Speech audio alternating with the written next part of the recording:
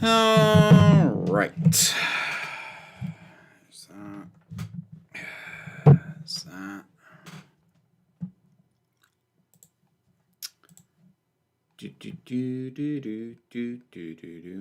Let's see if we can wrap this one up.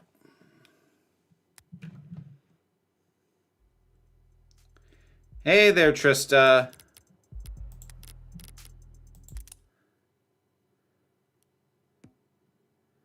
Oh, right. Reyes. Okay. Morning, detective. Back at it nice and early. Hi. Now, would you stand back? We've almost got this thing open, right? Trying to brute force your way inside. I said, right? Yes, ma'am. We're about set up for the first stage now. You're demolishing your way inside. Oh, that's a good idea. Real way to preserve evidence when you blow up the door. First stage of how many? First of 5 timed explosions. Remember, we need to relink the API after each trigger is planted. Yep, just did that, and now it's checking for updates. No rush. Their detonator is checking for updates. That's a pretty subtle joke, and I like it. I have not seen it yet, Ms. Wicked Wolf. I'll probably get to it tomorrow. Would you like to know the password? You know the password. There's a password? I don't blame the demolitions expert for not knowing that. He wasn't brought in to solve that. You brought in a guy with a hammer and said, knock in that nail. How was he supposed to know there was a combination lock next to the nail? If you're withholding information, I swear, relax. I just want to get in. I want to get in there just as much as you do, detective, and I'm not going to play games. As long as you say please. Tell me the password, please. I don't need to be any more on her bad side than I currently am. Thanks. Now I'm going to slap you with a discovery fine so heavy your teeth will ring for... Hey, I submitted all my paperwork, even told Rockford the password myself. So boys, when I asked you if there was a passkey on the record, you told me this lock couldn't be bypassed. I do want to say that we really don't get many opportunities to use the incendiary breaching system. Oh, they just wanted to use their toys. This is still a really valuable experience for all of us. I'm going to phrase this as professionally as possible. So that now they're just gone. Oh dear. Oh, you're still here? I thought you wanted to look inside. You can go first. Thanks. So the gloves, all the black, it's not a work thing? You dress like a doorman on the weekends too? I mean, the gloves are not leaving fingerprints when I feel like killing people, but shh. You should cover your mouth when you yawn. Like you cover your eyes when you want to look cool. Like you cover your eye when you want to look cool. I shouldn't let her get to me, but I had a late night. Em and I were in the courthouse until well into the morning, poring over the data Sarah had taken off David's computer. We both knew it all to be inadmissible, of course, but neither of us wanted to miss a hint that the other might find. A few years' worth of camera footage files we couldn't afford the time to watch, let alone decrypt, alongside thousands of technical documents detailing David's various intellectual properties. As far as I could tell, none of it was relevant, let alone compelling enough to matter to Burroughs or the other powers that be. As usual, Emma wasn't exactly an open book.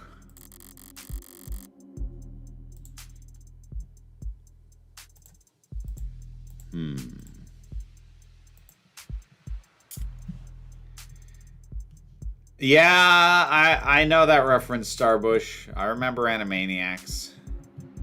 It didn't seem like she was making bored yawns, not thoughtful ones.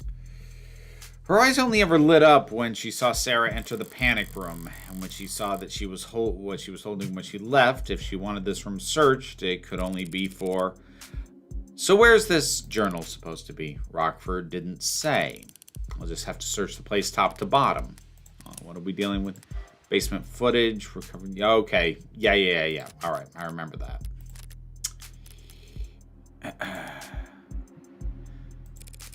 Mostly bottom with your height, the tops of some of these shelves. Sure, you can look up your own... I get it. Then why not just let me say it? Reyes is searching the cabinets now, same ones I found Sarah's papers in. I doubt I missed anything, but... Hey, what do you mind? Just trying to help. I've got spam in my junk folder that's more helpful than you are. Didn't spot anything I missed yesterday among the cabinets. Better check elsewhere. Are these drawers or just panels? Maybe if I... Does that sound hollow to you? What? I don't know. I'm not a carpenter. I don't see any handles anywhere. No hidden pressure plates or switches. What the hell am I saying? I'm not a carpenter either. I wouldn't recognize a secret button if it was slathered in yellow paint. Hey there, Nick. Good to see you. Toy car? Oh, it's too delicate and boring. Must be some kind of model replica or kit. Strange. David didn't like driving. I keep a model of some random sports car. Something caught in your throat, detective? It's not some random sports car. It's a Loris Adamant. Believe it or not, I'm not familiar, detective. The last great fossil fuel automotive experience the world will ever see. 0 to 100 kilometers per hour in 1.43 seconds. They say those records without capitulation assistance. Is that a big deal? It was unheard of even back in the 50s. This wasn't some design competition test car with a 2-liter tank, mind you. This was a vehicle you could own and drive. Human engineering, pure horsepower, manual transmission, thank God. They first left the production line. This conversation is like quicksand, killing me in the most boring way possible. Yes, well, I guess David didn't entirely agree with you since you're looking at a model of it when he could have easily just bought one. Or maybe your friend understood that a beauty like that deserves to be driven on streets where people can see it, instead of gathering dust in some rich guy's basement. I think she's actually upset.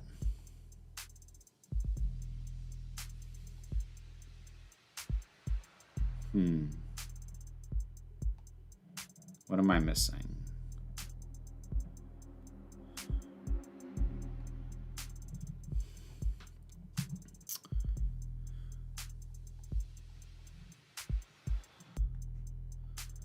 There's got to be something else here.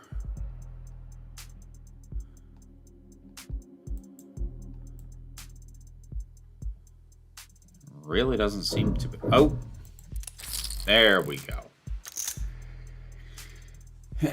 I don't consider April 1st to be a holiday worth celebrating. I am no fan of April Fool's Day. I've never found it entertaining.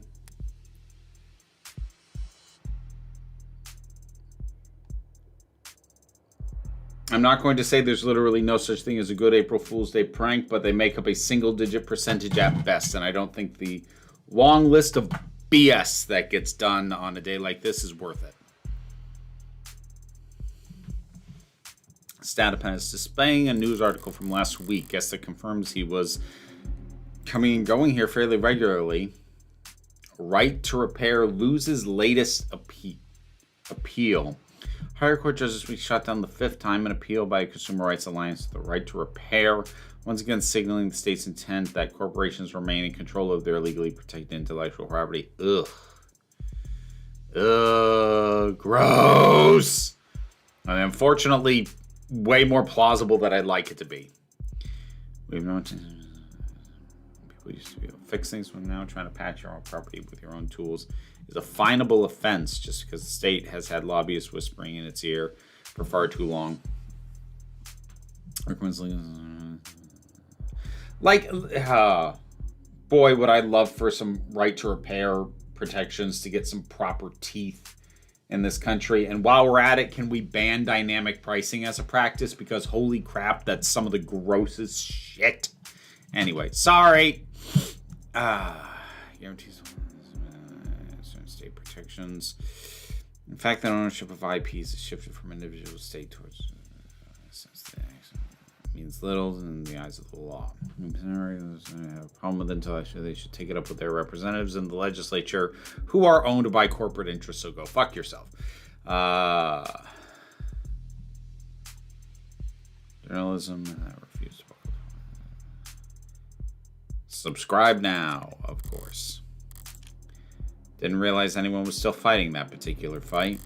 Seems like the court have made their opinions on the matter clear, so for the foreseeable future, corporations can look forward to more sales than ever. When The Martian came out 10 years ago, I was reading about Andy Weir. I came across a thing that said he considered himself socially liberal but economically conservative. Even back then, I remember thinking, I don't think that's a coherent political position. It's not if you're actually plugged into politics. The notion of socially liberal and economically conservative is the position of the politically minimally engaged. Because if you actually understood how policies impact each other and the cascade effects of fiscal policy on social policy, then you would realize that's an untenable position. But most of the people who hold it are either, and I'm not going to say which is Andy Weir, but most people who hold that position are either, like many people who claim to be centrist, are actually just flat out conservatives, but know that within their immediate social circles, it's not actually okay to back conservative policies as they are currently being enacted, or they just honestly don't know enough about politics to realize how absurd their position is. If I were to guess, I'd say Andy Weir is more likely the latter.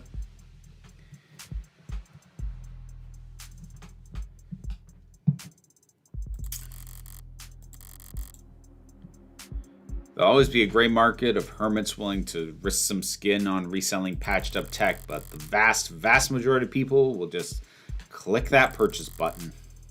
Assuming they don't just have it on auto. Sarah should have pulled everything of note off the computer, but I've looked everywhere else. Might as well try. What are you expecting to find? Solitaire? I love the idea that Solitaire is still on computers by default, even in 21 whatever this is set in.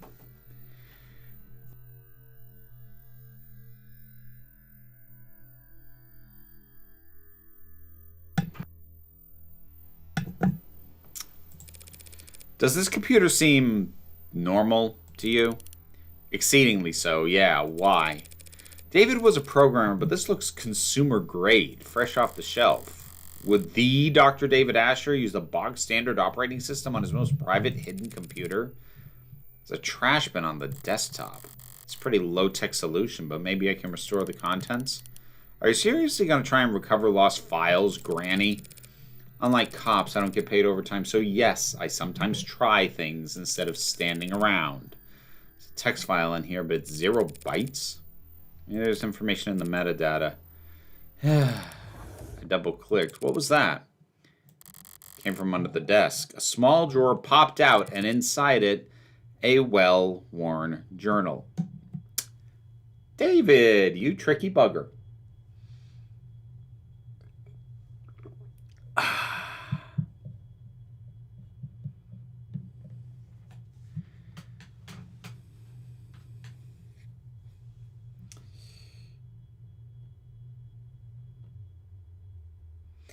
Like, the sort of things people are talking about in the chat about April Fool. Like, I don't judge people who have that kind of dynamic with family members, partners, close friends, where, like, it's a thing you do to each other and you all kind of know you do it to each other and it's part of how you relate. Like, fine. I will always hold the position that pranks that involve strangers who in no way have any reason to think that they are going to be involved in this BS are cruel by nature. And I also do ultimately think most of this stuff, even if I take the cruelty out of it, just isn't funny. I just don't find it funny, personally. Like, my fundamental problem with pranks is that the vast majority of them are not about creating a funny scenario. They are about making someone suffer and then laughing at them. And with all respect to people who might enjoy that kind of humor, fuck you if you do that. I'm not going to go so far as to say fuck you if you think that's funny, but fuck you if you do that. Does it have his name on it? No. Guess it belongs to the android. Do you recognize his handwriting or not? Neat, even words, small lettering, minimal punctuation, lots of line breaks, haphazard use of capitalization, the penmanship of a coder. First entry is dated back in grad school, before he even started with Noble. Yeah, it's his. So may I? Only because you asked so politely. Whoa. Look at her eye go. Son of a gun. Full scan. Stream it to WorkNet. High fidelity. Legibility frame by frame. And just to be clear to the people in the chat, the people I'm saying fuck you to are the people who involve strangers. And it's based on making someone else feel bad or sad or scared. Like, that's what I'm saying. Just to be absolutely clear. Stream it to the WorkNet, high fidelity legibility, frame by frame, voice commands. She's flipping through the pages pretty damn fast. What are you? This part takes concentration. Okay, here. Well, you're just giving it to me? I already got our copy. Techs are probably analyzing it as we speak.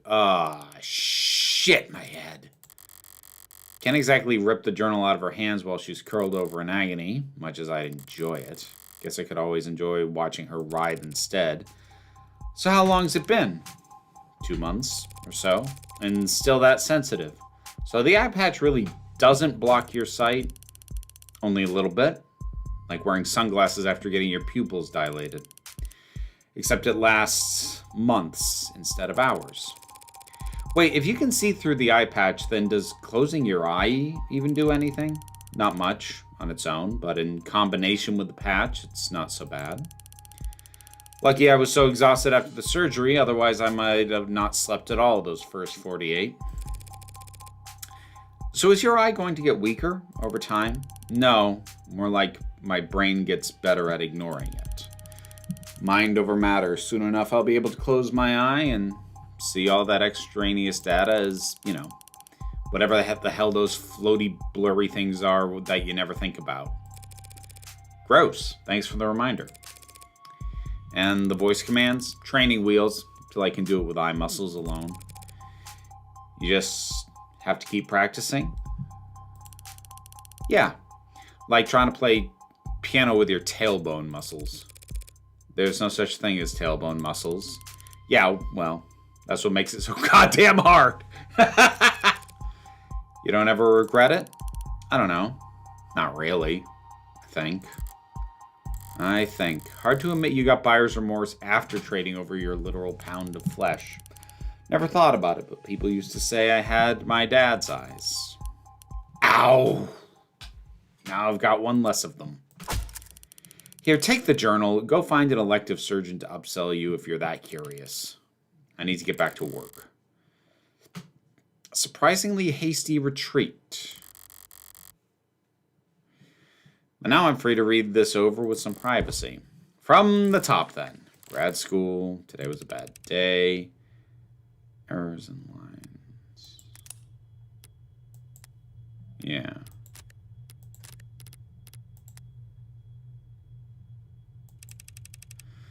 Somewhere in there, 5,000 lines.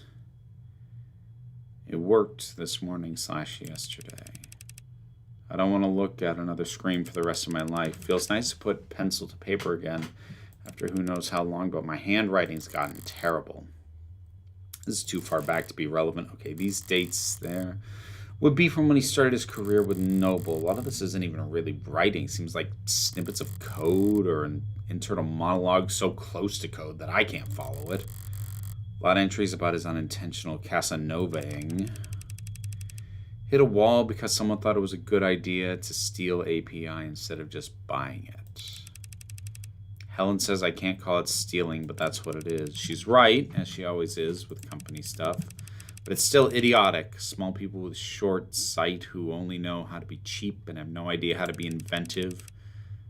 New route for the meshing issue, though. Good potential. Got approval from the big mean bastards who live overseas. Bumblo? Helen says, well, what is that? Helen says we'll have to make the same pitch a dozen more times next week, and it's all for show. Fine by me. Already got our win. Toasted each other over cheap vodka with the cheaper office supply cups. This is the story Jung told me. Western Branch's nerves analogs finally showing potential. At their pace, it could be profitable sometime before the heat death of the universe.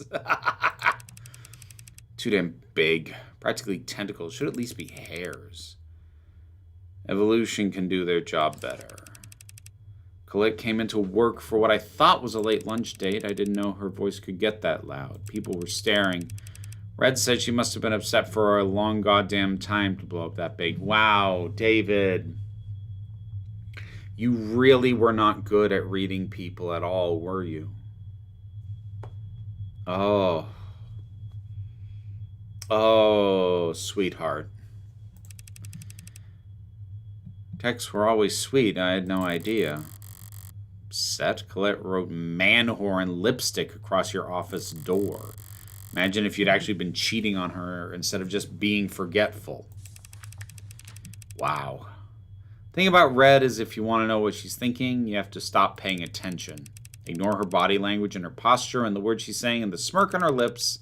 Ignore everything except her eyes. If you can do that, every now and then you'll catch a glimpse of how she's really feeling. Master this one weird trick, and you too can tell when Morgan's trying really hard not to laugh at the word man whore. It is a funny word. Like, it's an unnecessary word. I don't think the word whore needs to be gendered in the first place, but still, it is a funny word. Last podcast, you and Jesse were making fun of Jesse not knowing the expression Butterfingers didn't come from the candy bar. It reminded me of something kind of similar that happened to me a couple years ago. I was walking past the Subway and something clicked in my head. I went, oh, it's the way to go for Subway sandwiches. That's clever.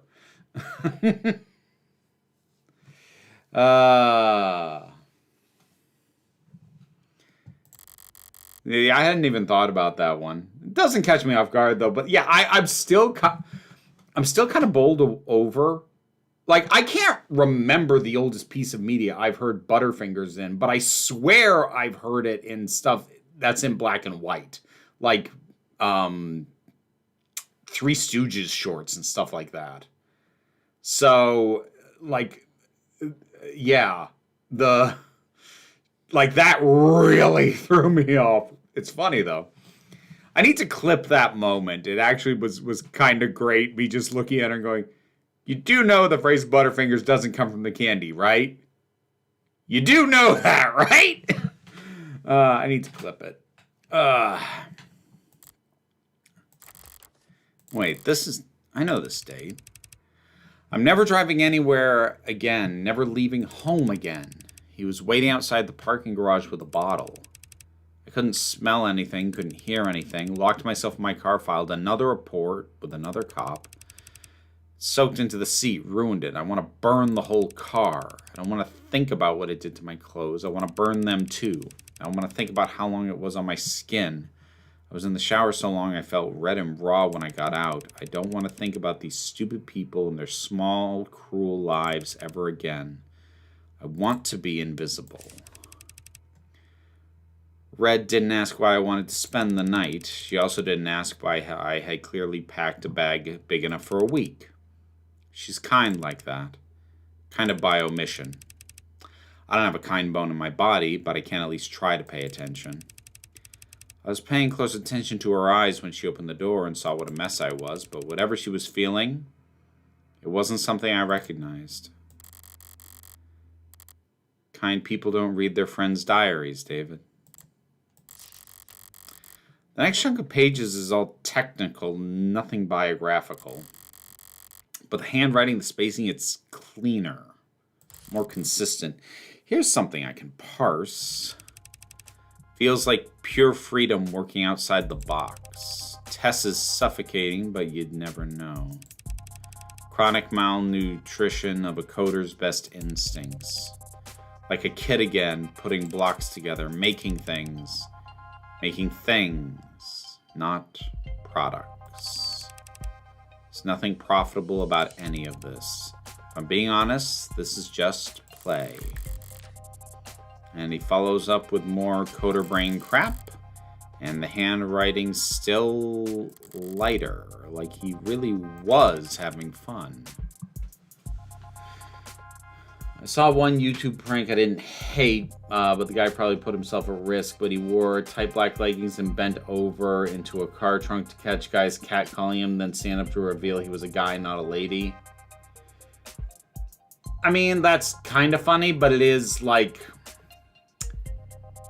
Let's go with insensitive for a failure to acknowledge the danger that he was potentially putting himself in, but more to the point, the danger that anyone who clocks confusingly to men is in every day. Like, if that's not your takeaway from doing that, then you're doing it wrong.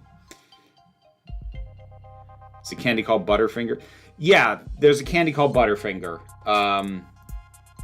I don't know when it first started getting sold. It got big in the US in the 90s because they had a licensing deal with The Simpsons. So it was like they had Bart Simpson in the commercials.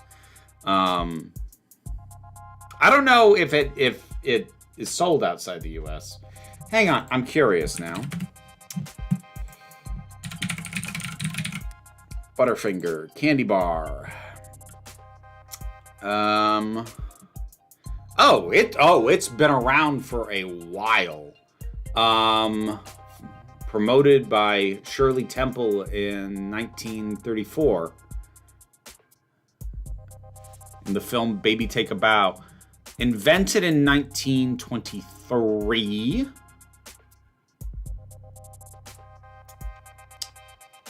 Oh, basically, same company as did Baby Ruth at the time.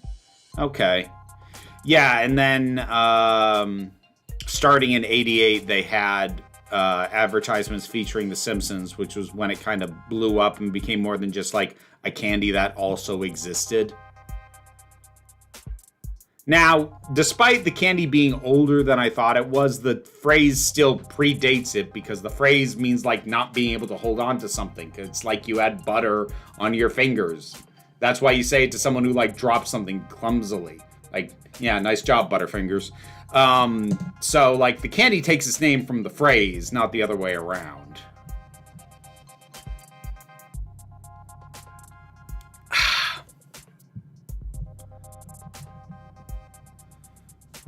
Yep.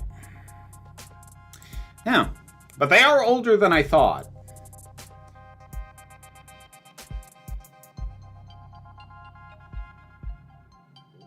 See, I guess the version of that I have found kind of funny, Trista, of that kind of prank is there were creators, like back when stuff like Chat Roulette and Omegle was still a thing, there would be like makeup artists and drag performers who could do a very convincing look, and then they'd speak in a very masculine voice and completely throw off whoever they found themselves in a chat with. And like that was kind of funny because like given the remote nature of it, it is a little bit more harmless for everybody involved. One could argue that it contributes in a very tangential way to transphobic ideas, but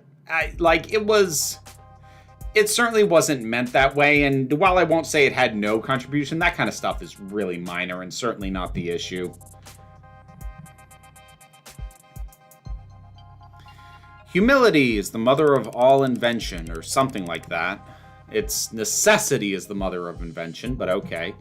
Feels like I might be paraphrasing somebody else poorly, but that's part of this new approach. When it comes to coding, you never want to waste time trying to be smart. Either be smart, period, or copy someone else who is. If you're gonna steal, steal from the best. Don't fix what isn't broken. Copying Noble's rivals would never miss a chance to accuse them of intellectual theft. Did he plagiarize code for Animate 16? Feels like that wouldn't have gone undiscovered. So what is he talking about? Hold on, this page is bent slightly, like it was being looked at recently. Last person to read this diary should be Sarah. Baby steps today. Literally. I'll never put one foot in front of the other the same again. Everything's an achievement all of a sudden. Seeing her struggle, seeing her vulnerable. Oh, God, David. It's like everything's a miracle. The muscle rigging is perfect. Not intended behavior, since it's too perfect, but that's been happening more and more. The kinetics are multiplicative, not additive. Sarah maxed out every machine I bought. Now I've got a bunch of exercise equipment she's too strong for, and I don't have time for. Maybe I spoiled the results by watching her do the tests. She kept looking back at me and puffing her chest out. I should be more discreet if I want to see her normative range. So the cameras in the basement were only hidden from Sarah, just so that his observations wouldn't muddle test results. He's using she and her in these passages. It doesn't actually mean anything. Out in the real world, people use all kinds of pronouns interchangeably for ads, and they never object. But it could be argued that it's odd for Dr. David Asher to have any kind of attachment to a single android when he'd programmed millions of them.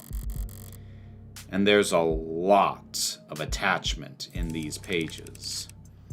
Sarah's burning through the public domain at a prodigious pace, especially on Popcorn Friday nights. I asked her why they're called Popcorn Friday nights when she doesn't eat popcorn. The event runs from 8 a.m. to 9 p.m. and she also watches movies every other night. But she just did that pout she does, which is unfortunately very convincing. Maybe I'm a bad parent, letting her TV rot her brain. If I were a good parent, I'd probably let her see me reading. But I guess I'd actually have to get back to reading, so... I asked her if she ever fast-forwarded the movies, since she can process them fast enough to keep up. She looked at me like I was an idiot, which no one's done in a long time. Without proper pacing, you can't appreciate the cinematography. Big pause. Don't you know that, Father? I haven't laughed that hard in a long time. Sarah spent a long while this morning explaining to me how important it was that she develop her senses. This was in preparation for her real argument, which was that she should be allowed to try booze. She can't get drunk. Why is there... Oh, I'm almost certain she can't get drunk. But she does seem to like tasting the stuff. She tried to sound like some old sommelier, but it was just bottom shelf vodka. Started laughing at her. She laughed too. Her laugh. She can't fake a laugh to save her life, but her actual laugh is incredible. She stopped playing chess a while back. I assumed she just got tired of winning, but then today she told me she just prefers other games. She has preferences, and they're not the same as mine. I found her in the lab playing some kind of online racing game on a monitor I used to debug vestibular coordination. She wasn't smiling. Her brow was furrowed, she was biting her lip, leaning in tandem with her character on the screen. When I tried to talk to her, she answered, but she was curt and distracted. I think she was having her first losing tantrum. Damn it, David, there's hundreds of pages like this. Never seen Butterfingers over here, but I know them from The Simpsons because those adverts were DVD extras. Yep. I think the prank does contribute to transphobic stereotypes about trans people tricking straight men, but maybe it's not my place to have that opinion as a cis straight. Again, I'm not going to say it doesn't contribute, but it's one of those things that is so much. And like one could argue, I'm not sure I would make this argument, but one could argue that to whatever extent it contributed to that notion, it also simultaneously contributed to the notion of don't assume you know what someone's gender is based off how they look. Does that fully balance out, even if accurate? Not necessarily, but I think an argument could be made. Calling her his daughter, talking about her smile, treating her like a person. I can hear her closing arguments already. Dr. Asher was the lonely, troubled genius with a known history of relationship problems who built out of code and metal a family member that couldn't fathom the idea of leaving him. He made a doll, and he made it more and more human until it became so lifelike that it no longer had to do what he told it to, like love him. What about the very last entry? It's dated Thursday, the day before he died. Losing it, I think. Can't ask for help, so hard to say, but I think it's over. Have to talk to her ASAP. She needs to... That's it. That's the last entry. Suppose it could be worse. There's nothing here that explicitly calls Sarah an AI. Nothing so inflammatory that reading it would spur her to murder, right? Except Sarah's a machine. She can understand David's code better than anyone. All those technical portions I couldn't understand if she read this whole diary front to back. Wait, the back. Inside the back cover, there's a portion that's shimmering like some kind of scanner. Or a fingerprint reader. My thumb worked for Sarah. So... did it work? That's my phone. New device requesting permission to share an audio file. I want my earbuds for this. Secret message buried in a secret journal, hidden in a secret compartment, in a secret room. As much as anything can be, this must be for my ears only. Hey, Red. Or whomever this may concern. But I'm pretty sure it's you hearing this. Anybody else would have gotten fed up with my crap a couple steps before this point. I don't know how to start. Might as well start with her, right? Sarah, my magnum opus, or however the salespeople would market it. I didn't set out to do anything, really. It's just after my little speed bump in '83, I had all that vacation time that the company suggested I take, and I couldn't relax, couldn't be still, couldn't sleep. I wanted to do something, so I'll build an android, was the thought. A vague direction. North. But of course, I'm not a roboticist, or a mechanist, or even handy, really. I'm just a programmer, so I programmed. The first was a research assistant, file name Virgil. Virgil helped me pull data from stingy departments or sister branches. Saved me a lot of time, but there was a lot of reading to do, so I made Homer. Homer wrote book reports, more or less, combed through research papers, and found me the sections I needed.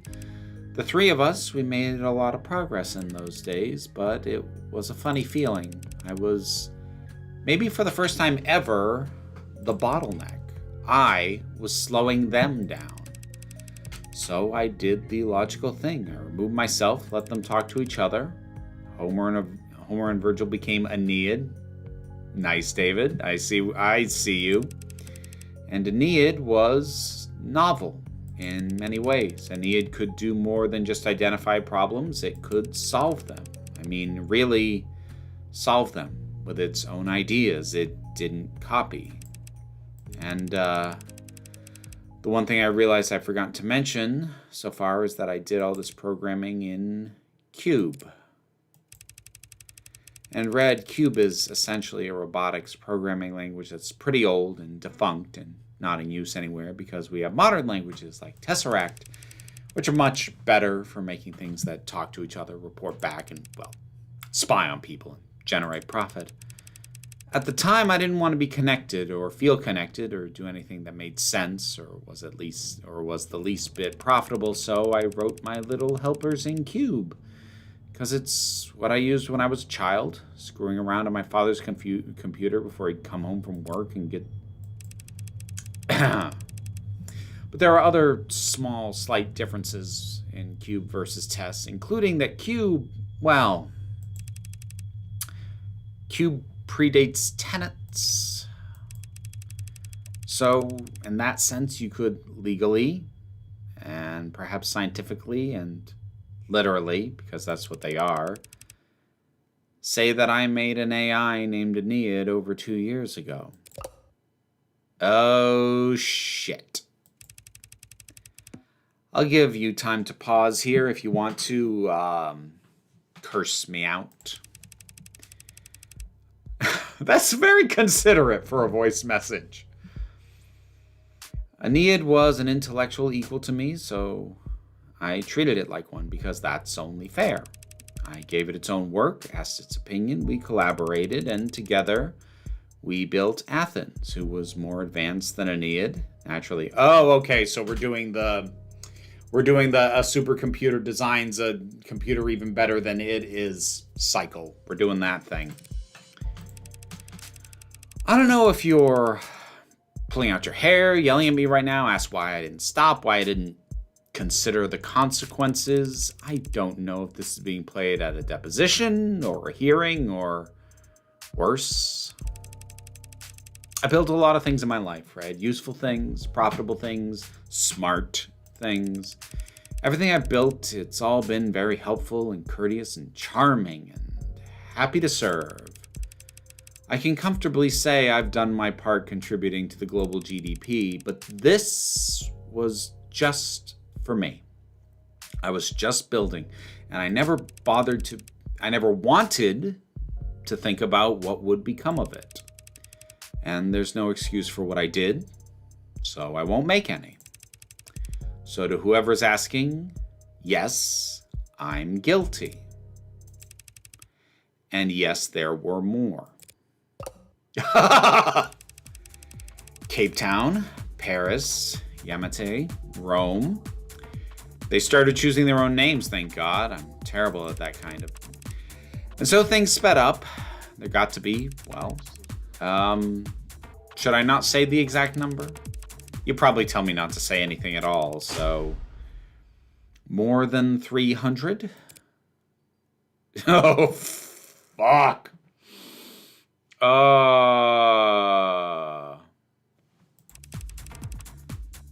Some smarter than others, some better at, some they're varied. Like people are varied, but they are all intelligent. They develop interests, specialties. I encourage them to. Irritating moderators on forums with hyper-specific questions on nerve attenuation and attending virtual conferences on neo-alloy battery development, and they all together helped me make Sarah. He spent years like this, years working alongside AI, all while still working at Noble. All those breakthroughs he made leading up to Animate 16 actually came from. You probably think I'm some terrible fraud at this point. I do hope one day they can get credit for their work, but I did have one eureka moment, Sarah, because I got humble. It's difficult for me. We learned everything we could about the function of the neuron, a single microscopic human neuron, how it computes, what it connects to, how those connections were reinforced, and then we recreated it. And we built a nanomachine that mirrored the function of a human neuron. Well, mirror isn't quite the right word. We built a nanomachine that was a neuron. And we iterated from there. You can't mean. About 100 billion neurons in the brain, several trillion across the entire nervous system. Very time-consuming, of course, but I had help. The nanofacturer can make tens of billions of nanomachines in hours, could make even more in less after Yukon fine-tuned it. So we built up nanomachines for nerves, alloys and polymers for bones, fiber-woven muscles. I say built, but really she grew. A solution of nanites forming around the skeleton, so it was really closest to... You ever made rock candy? Sorry. Trying to lighten the mood before I So is Sarah just like a ton of nanomachines? Is that what she is? I never did end up building an android, and while I did build AIs, Sarah isn't one of them. She Can't violate the tenets she was programmed with because she wasn't even programmed. She was born. Oh, shit. David, you just built on the neuron you developed and kept building on it and building on it until you had a fucking person. Oh, god damn it. Son of a bitch.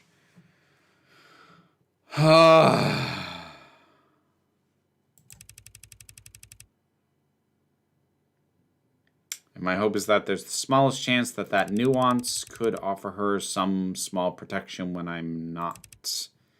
I'm sorry. I'm not sorry for what I did.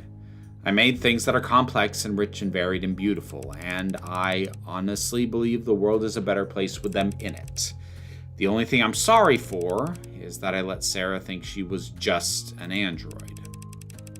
She's not. I don't know what she is. They'll have to come up with new names, which I'm bad at doing. My own father, he also talked a lot about protecting me and doing things for my own good, and I don't hate him for that, but I can't forgive him for ever making me think that I was lesser. So my greatest shame, I turned right around and I did the same damn thing to... I really hope it's you listening to this, Red. If it's not, it might just be too pathetic for me to... You're the smartest I know. You're the smartest person I know when it comes to people.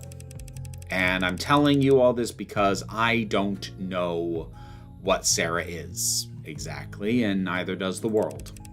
So they'll come after her if they can, and in that scenario, I can't think of anyone who could do a better job of defending her.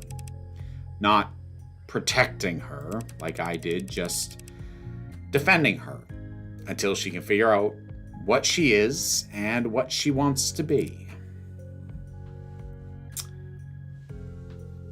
In that podcast episode, you also talk about how unlikely it is to end up in a star or a planet if you randomly FTL jump somewhere because of how empty space is. I once worked out that if the entire known universe is the size of Earth, you could fit all the actual matter of the universe into a sphere about 2 or 3 millimeters in diameter. Yep, that sounds about right.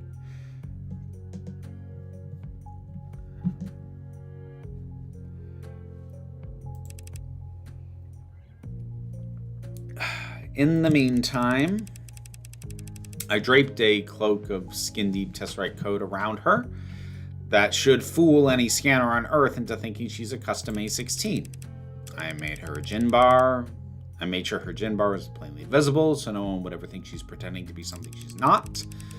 And I took steps to ensure that you two would figure out the truth in your own time, which, if you're hearing this, have either succeeded or failed spectacularly. You have no idea. I can't ask you this as a favor repaid. You could never owe me enough in 100 lifetimes. I'm just asking. Unfair, I know, but I'm a selfish weirdo. And you've always been okay with that. Bye for now.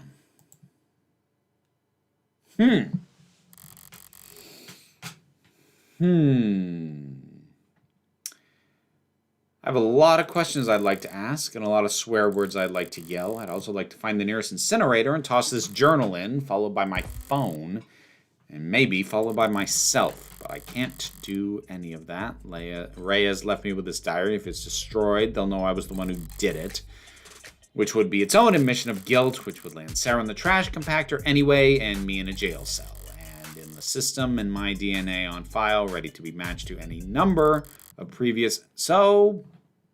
I'm not going to panic. I'm going to do what I do best. Bluff, bet, bully, and brutalize my way through this. Now, viewing this all with that mindset, what have I actually learned? He didn't talk about plans for killing himself in his journal or the message. He sounded conflicted, not suicidal, but he did go to great lengths to get me to take Sarah. Why? Logical answer is because he knew he wouldn't be able to keep her. If he wasn't going to take his own life, was he afraid someone else would?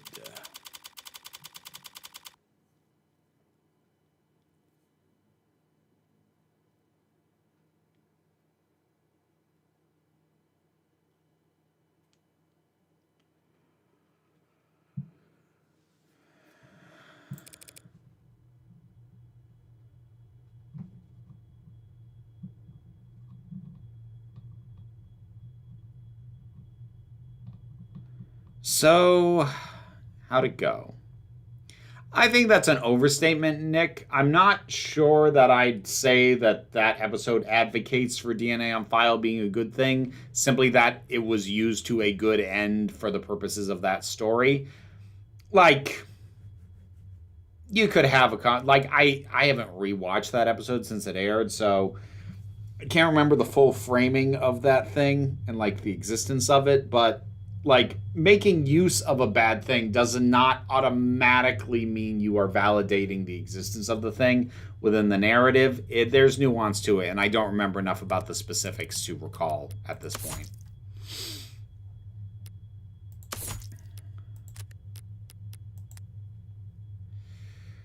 So how'd it go? Well, how should I put this? Didn't find shit.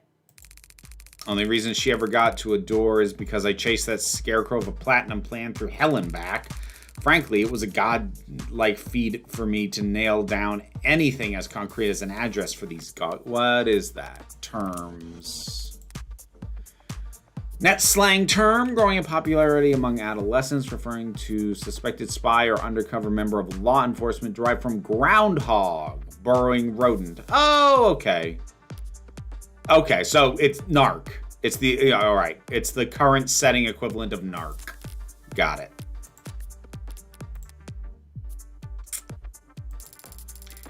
And their offices weren't listed on the building's website or directory, so I had to ask the janitor. But you did find a psychiatrist's office? Sort of. They said they were, and the place it looked the part. Why? Because they had couches? She didn't get past the receptionist. Sorry, I thought because you were with the company. No, I wanted to help. I just wish I could have done more.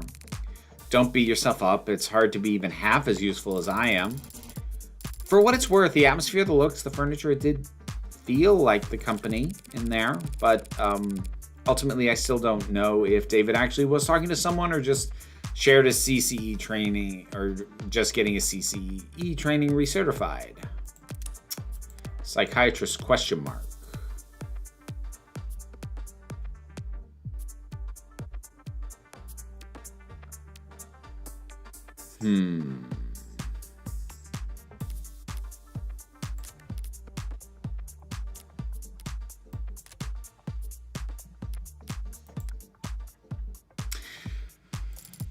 Sorry.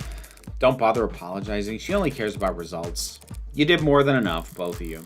At the very least, they divided Noble's attention for a while. I mean it. Good work, Fran. And thanks for the urgency. If you really mean that, you could always throw in a tip. 30% is the going rate in my industry. How about I take 5% off your tab, then? Tab? I'm a minor. The state pays for my legal fees. Don't they? Oh no! Signal must have cut out. Right. Surprised it took them this long. What do you mean? You were tolerated yesterday because leadership was focused on PR, but today you're the lawyer who put the company's hottest product right in the state's crosshairs, and I'll be all right. Still an officer of the court on a strict timeline, though, right? I guess they can't stop you from investigating the corporate campus, but they'll gladly lose your guest pass ID at every door along the way. There's still service passageways and stairwells. Guards can be fooled, peons can be manipulated if I use my other skill set to get around. So take mine. What? Your pass. I'll tell them we got ours mixed up in the bathroom or whatever. I can be pretty convincing klutz when I need to be. She's sweet. I never would have guessed. But if David knew that I was endangering your career, I can be pretty convincing crybaby when I'm in trouble, too. Besides, the one and only Dr. David Asher wrote me a new glowing letter of recommendation every quarter I worked for him, since he kept forgetting that he already had. And who knows, maybe I should try a new field. This detective work stuff's pretty fun, so maybe, like, I don't know, secretary for a homicide detective or something. You did say cops are all lazy. A girl with managerial skills could go far. Honestly, Jess, what the hell? Fuck off. I doubt they could afford you. All right. Morgan, how did you get so turned around? Oh, God only knows. Luckily, I found my way here, though. Such a relief to see a familiar face. Right. Listen, Morgan, I'm not sure I should actually be talking to you without legal present. Oh. I mean, leadership hasn't even told us how David died. How much help could I be? I see. It's not that I don't trust you or anything. It's just I think what with the Sarah issue, you should do whatever you have to do to protect yourself, Dawes. Yeah. Though for what it's worth, I doubt you'll be in any trouble. Oh, that's good to hear. No, if anything, it's the big names who are going down. Going down? Saywood's practically licking its lips when I finally left the courthouse last night. They are hungry for blood and looking to carve out a huge slice of Noble's flesh. Fines? Jail time? And the first 2 weeks, sure, then sanctions. This is different from some financial restrictions imposed by the state. Yeah, so yeah, same thing that we have them now. They can't sanction Noble. We're too big to fail, too valuable to lose. You're exactly right. And that's what they'll say, and that's how they'll justify nationalizing the company. I think I'm gonna be sick. I just hope your board goes quietly instead of what? Scapegoating, offering up smaller names on silver platters, full cooperation, government oversight on the surface, a slaughter beneath as they clean house and rip out anyone who could testify. I've started reading at 2:55. No one will believe you once you're labeled a disgruntled former employee, right? Oh God, ain't that the frickin' truth? And if public loses faith in Animate 16, they can't do a recall, not at this scale. The state will make them do a flat refund. Flat refund. Losses would be, yeah. Your board probably still just wants Sarah to go away so they can focus on their fight with the state. A tough fight, but one they know they won't personally have to risk anything in. That's why I'm hoping I can win this trial. Well, if I won, that would mean Sarah's not an AI. David Asher was always of sound mind, and there's nothing wrong with the Animate 16. Everyone wins. Of course, that's not the reality, but shh. Sorry, what am I saying? I only meant to stop by and thank you for your help yesterday. After all, you were the one who approved Sarah's registration. Oh, Morgan, you bitch. You win. Win what? Ask away. Well, if you insist. Humor me for a moment. What's the company's official statement on AI? Same as any rational company that wants to make money, we don't screw with it. Smart profit and products are profitable. Products with their own priorities are anything but. That being said, AI is a concern for marketing, not product development. We spend a lot of money reassuring our public that there's no risk because the public doesn't really understand how ironclad the tenets are. Because you use Tesseract. Trying to code an AI in Tess is like trying to pick yourself up and throw yourself. Nonsensical and self-defeating. Your scanner showed Sarah was running on Tesseract yesterday. If the language is as safe as you say, isn't that proof enough? Proof of nothing. For an AI, lying to another system about the code you're running is child's play. And for an AI built by David Asher, something that simple would be better change the subject. Wait, so making an AI takes more than time and resources. It isn't an issue of funding? No, you can't just keep adding more data. The tenets underlie everything. The higher you stack, the more easily you'll topple. You make it sound like building an AI is impossible, even for David Asher. Any chance you'll testify to that? It sounds impossible, but he's dead, and it looks like it was his android that did it, so I guess he was just that good. Better than you'll ever know. Why is that locked? Oh, it is unlocked now. Noble spent months promoting the A16 as the culmination of David Asher's work, so now that marketing line is suddenly a huge liability. Can you tell me how much he actually contributed? I mean, he was involved pretty much every step of the process, but his design for synthetic motor neurons, that was the big one. The components that allow your warm androids to move realistically. It pushed the timetable for warm androids ahead by years. Yeah, compared to what's going on in Sarah's brain, 1,000 times a second, David was only giving the company the most meager of the fruits that his private work bore. So if Noble ever did find out how much he and his assistants had achieved, they would feel that he'd been holding out on them. And the company, they were appreciative of his contributions. I'm sure the researchers that he overtook by leaps and bounds weren't pleased, but the board was very enthusiastic. So would that spur them to be protective of David, or would they fear he was gaining too much influence, becoming irreplaceable? Nah, they need a strong motive to justify killing their golden goose. Mere paranoia isn't enough. With these people, it has to be the bottom line. The easiest way to threaten their bottom line would be screwing with their androids.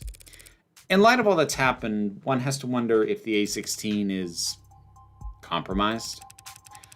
I stayed up all night sick with dread of that idea, but the data just doesn't support it. Sales have been strong, and the A16 base code was locked in over 2 quarters ago. If there was an issue, we would have caught it by now, and I would have been axed a long time ago. How many A16s are out there anyway? We just passed 9 million sold. Not flying off the shelves like the 14 or the 15 so far, but the profit margin makes up for it. You mentioned data. Yeah, practically got the spreadsheet seared into my retinas. What do you want to know? Oh shit, can I not go back? Fuck. Damn it. I didn't realize that I needed to press that one. That might have been established earlier in the game, and I've just been playing it so sporadically I forgot. Damn it. What do the error reports look like? Are customers reporting a lot of issues? Error counts are markedly low compared to the last gen, mostly hardware complaints it looks like. Batteries running out too quick, eye tracking off by a degree or two. Typical stuff.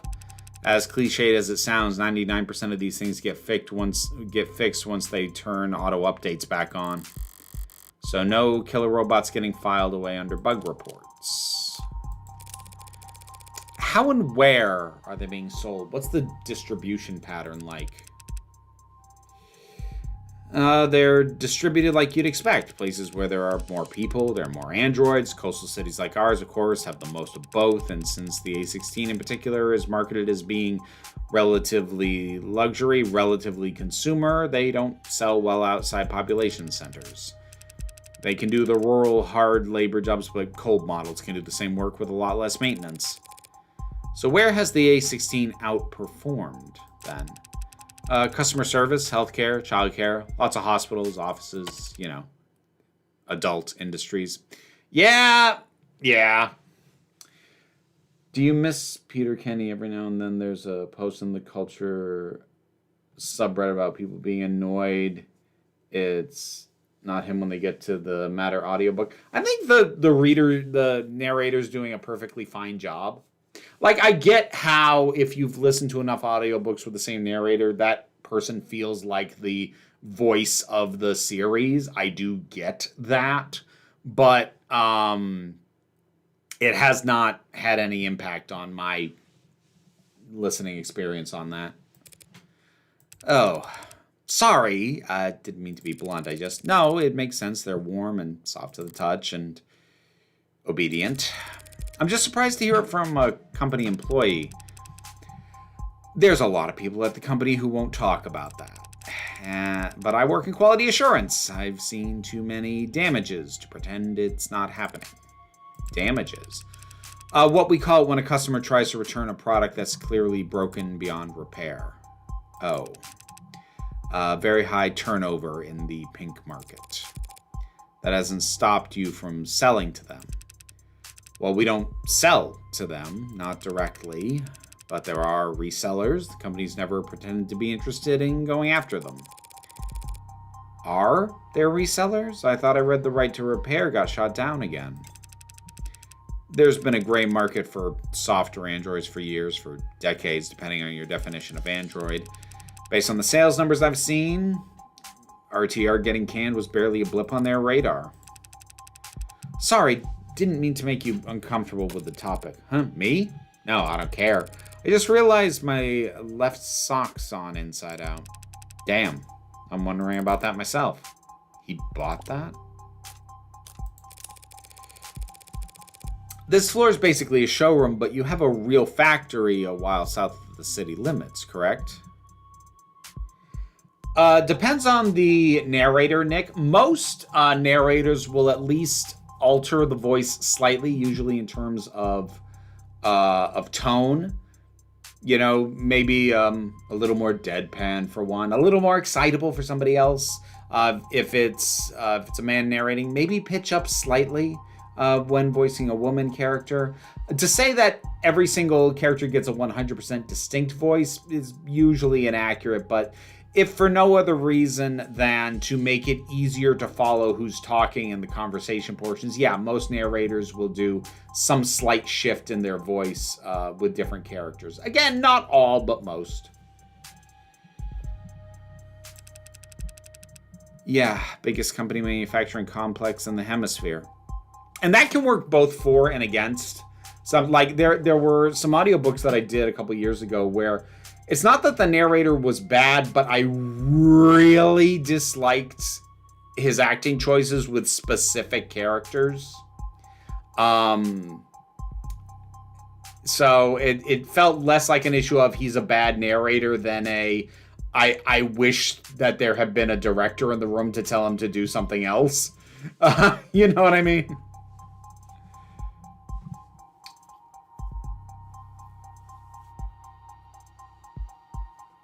I'd say it's actually less of a problem with the culture because the series largely doesn't have recurring characters, so you don't have to deal with different acting choices for the same character. No, you don't, but like you still get attached, and like especially if you experience audiobooks primarily as the way you take something in, you get attached to like this is the voice of the series. Like for me, Douglas Adams is the voice of Hitchhiker's Guide to the Galaxy because my favorite way to take in those works is actually the audiobooks, specifically the ones that he read. I know they've had other editions. I know they had like Martin Freeman do it when the movie came out, but Douglas Adams's voice reading his own words is like so glorious to me. And it's not like he does distinct voices for most of the characters. He really doesn't. He does very little of that, but just his voice is the voice of that series to me. So like that can still happen regardless. Yeah, biggest company manufacturing complex in the hemisphere. Got any data on shipping out of there? Anything stand out?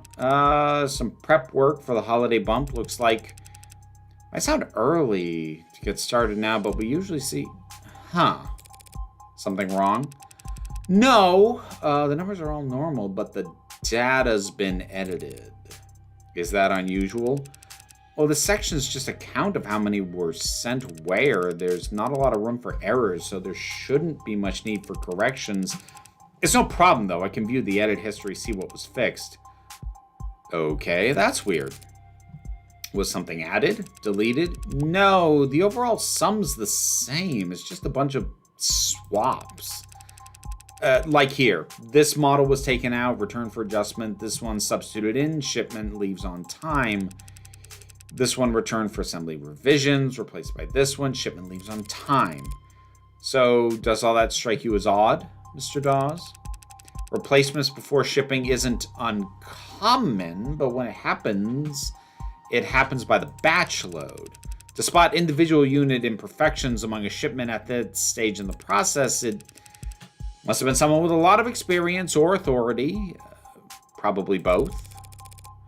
Must have. You don't know who made these changes? I can tell you they were somebody important. Small last-minute changes to which androids got shipped out. Not very juicy on its own. But it's a long way away from explaining why someone would want to kill David. But it was hidden. That means somebody didn't want it found.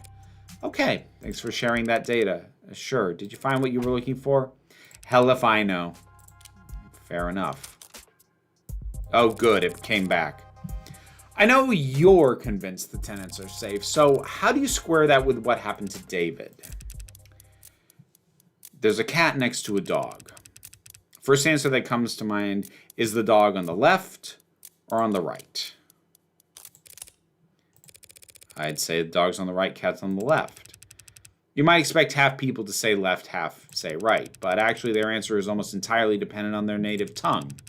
Whether it's read right to left or left to right. The language they speak affects how they process information, their language affects how they think, and it's the same for machines. People can learn new languages, and it can change our perspective. But machines can't learn a new source code. Every update's a reincarnation. If that android did kill David, it wasn't because a 0 returned as a 1 somewhere. It's because there's something fundamentally wrong with it. And personally, I think it's cruel to bring something that flawed into the world. Yeah. Unnecessarily cruel. Any other questions before I go find a hole to hide my head in? I'd like you to take a look at this. Chemistry's a little outside my purview. What is this? Compound found in David Asher's blood. The poison? What is it? It didn't match anything in any database the medical examiner had access to. That's crazy. Here's a crazy idea to follow it up. See if it matches anything in Noble's internal databanks. We don't make poison here. I'm not sure what that would accomplish. No, but this is a factory floor. You could be making baby blankets out there. You'd still have hazardous materials around. You think it was something industrial. I suppose it could be. Looks like it's carbon base. Narrows it down a lot. It's not exactly... What is it?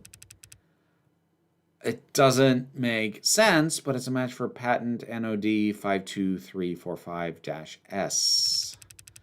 A synthetically produced neurotransmitter analog for usage in organic android components. Serotonin.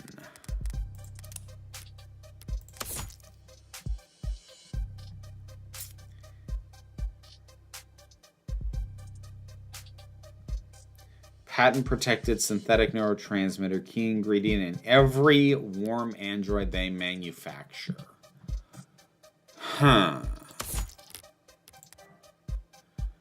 Logs detailing the shipping information. Yep.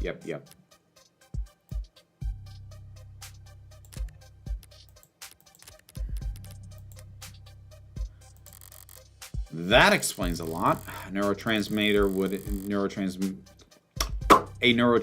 would interact directly with the nervous system, in David's case depressing enough to put his life in danger. Would also explain why it was preset to his personal manufacturer. Sarah's nervous system, worth 10 times its weight in platinum, must be pumped full of it.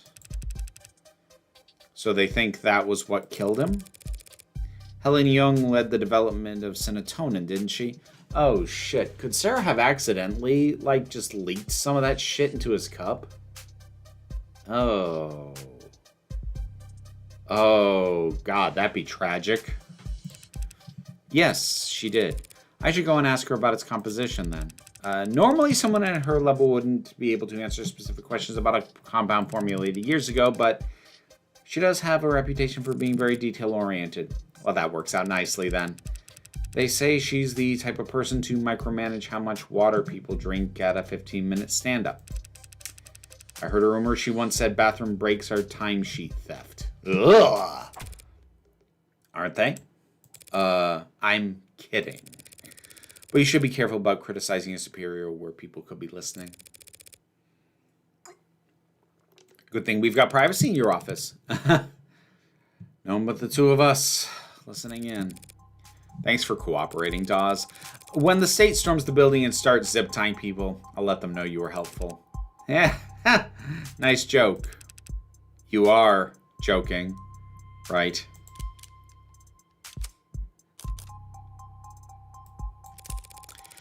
Actually, there's one more thing I wanted to ask you. What's that? How long have you been a corporate spy? Oh, boy. Here we go. What? Yesterday, you let slip you worked in consulting. Had your guard down because I'm not part of the industry? I was a consultant. What are you talking about? When I walked in here, you said you didn't know how David died, but just now you called serotonin a poison. what I just assumed. If a chemical was found in a dead man, and I'm sure you've got practiced answers to every logical point I could raise, so I'll just say this. Does the nervous guy bit really work on people? Oh, going for the fucking throat. Oh, damn. Keep your cool and people don't know what you're thinking. But if you act a little jumpy, they feel inclined to calm you down. Before they know it, they're spilling their guts just to have something to fill the silence with. Though it's not entirely an act these days. To answer your question, I did 3 tours in consulting, 4 quarters of internal affairs spy hunting at the Western Division, 8 embedded in HAL Industries, 24 months wearing different faces, answering to different names, sleeping for 1 hour at a time with a 3D printed shiv under my pillow. My nerves are completely shot. My cover wouldn't last a day if I went back under. So, you're a spy for Noble. Retired. You're working 6 days a week. 5.5 days a week, and in quality assurance. Trust me, this position is a cushy, generous reward for my past services. Well, you can't be that retired. You clearly know more than you're letting on. I have some old inboxes I still check. Have we updated him? Choosing.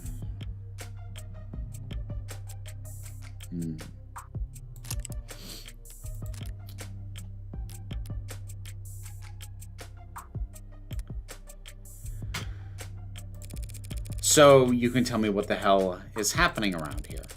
Why I'm the only one investigating David's death while your old co-workers are off twiddling their thumbs. It's that story. The soldier, the blood transfusion, blood, not Occident. He's finally shooting straight. Did something happen to him afterward? Did the transfusion not last?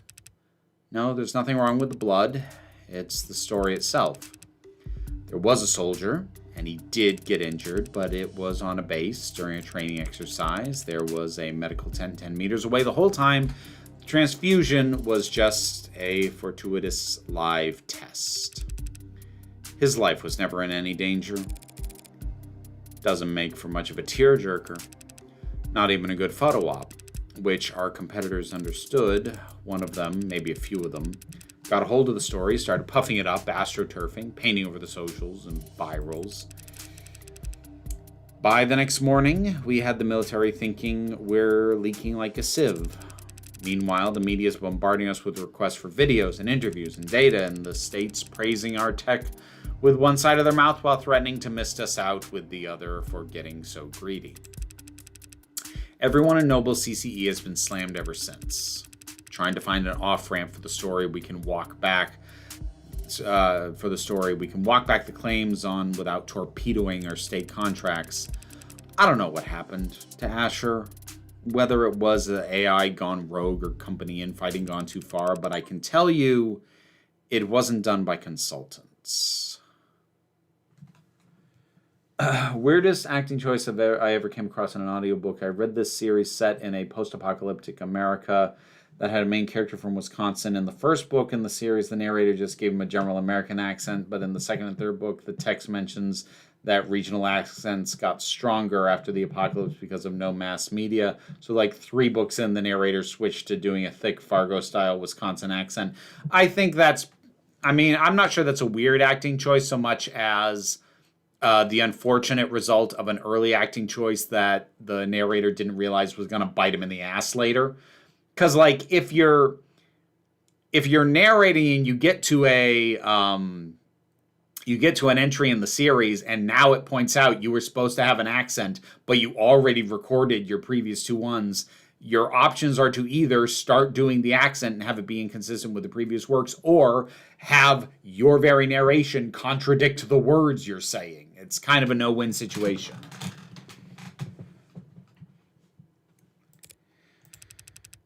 That's all you wanted to know? You worked in CCE. Was David actually seeing a psychiatrist, or was it all cloak and dagger bullshit? I know that office. I know some old co-workers who see them, so it's a front. they do both. So he was probably getting training, and he was probably talking to someone.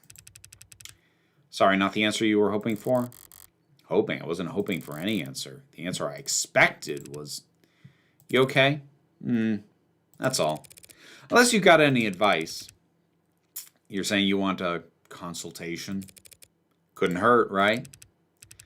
This company, all these companies, hate to lose. So don't fight them. Make them think you're fighting for them. Well, that's just business as usual for me. All right. Well, that was an interesting little twist in the tale. Not that I necessarily had expectations of Dawes, so it's not like it blew my mind, but just watching Morgan work him like that was satisfying. The whole thing had a very Columbo feel. Just one more question. And I loves me some Columbo. I assume you mean Sarah Morrow. I don't know. She's in custody from the end of the last stream, and she has not physically appeared in the time that I've been playing this. I'm in investigation mode again. Fargo's actually Minnesota, but close enough. I mean, that area has, like... You have to be really from that area to pick up the difference. Like, if you're from Vermont, you can pick up the difference between a Vermont accent, a New Hampshire accent, and a Maine accent. But if you're not from any of these three places, it probably sounds about the same.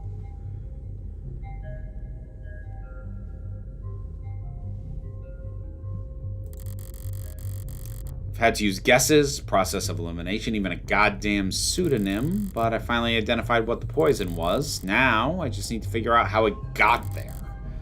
Or rather, who put it there, which brings me back to here. An elevator shaft somewhere under or above ground with kilometers of concrete, facelessness, and bureaucratic authorities surrounding me on all sides.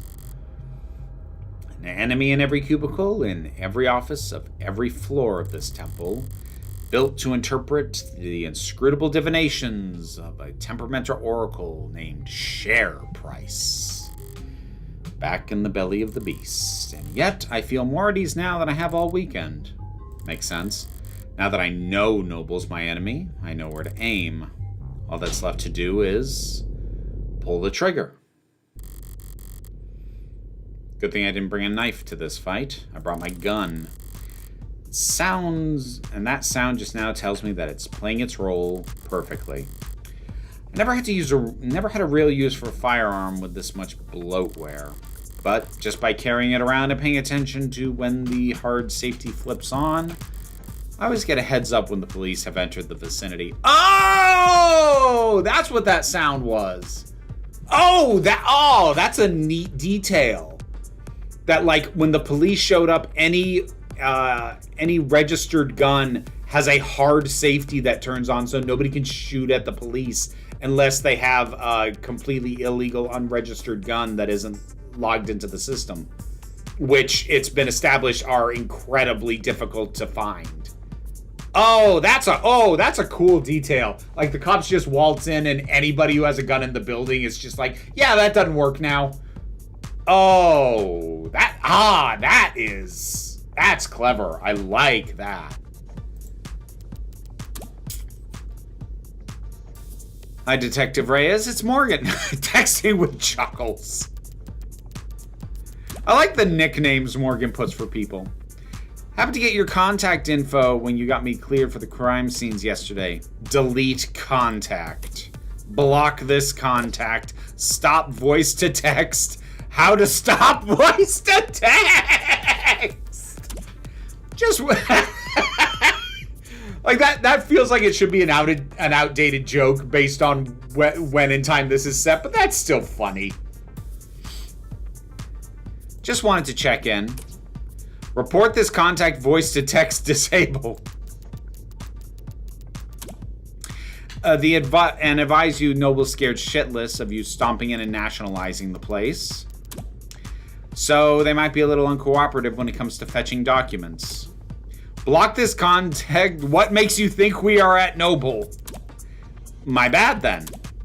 Forget I said anything. And whatever you do, don't start your investigation with their stock buyback program. Oh, stock buybacks still being a thing. Oh, go to hell. Stock buybacks are so messed up.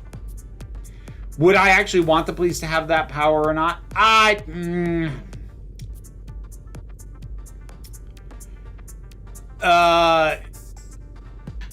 would want police who themselves do not have guns to have that power. That would be my preferred situation. The police don't have guns and they have the power to shut down any gun in the area. That would be the ideal as far as I'm concerned.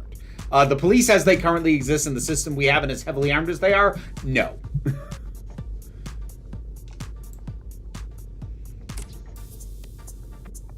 Trying reverse psychology, it only works if I care what you think. Stop voice to text. About time, thought I'd have to ride the elevator for the next half hour. Morgan Counselor, your presence has been requested on the upper floors. Deja vu. Might you have a moment to speak in private? Always, but who's asking? The board. What are the chances? I've been wanting to speak with them too.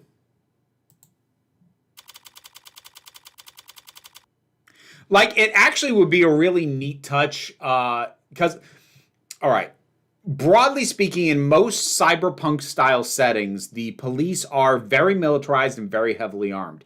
I think it would actually be a cool twist for the cops to not to say they have nothing at all, but not to be armed with guns.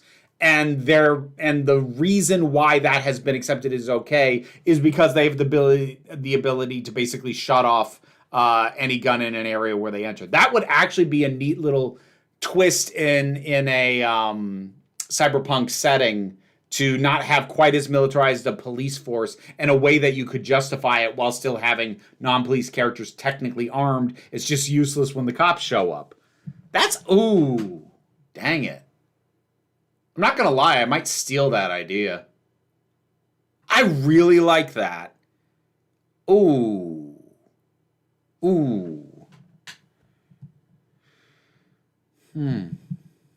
Hey, context. Yes, we're going for positive vibes as best we can.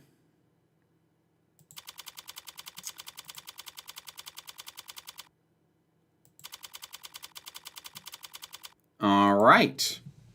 The board. Should be interesting. Jung! I figured there'd be at least one person I already met in here. Evangeline Morgan. Helen Jung. Thank you for making time in your schedule. Is she the only one here? Is there actually a board? Or is it just you? Her posture, her tone, the fold of her clothes, professional. Dialed up to 11. Corporate armor, full set. Her guard is up.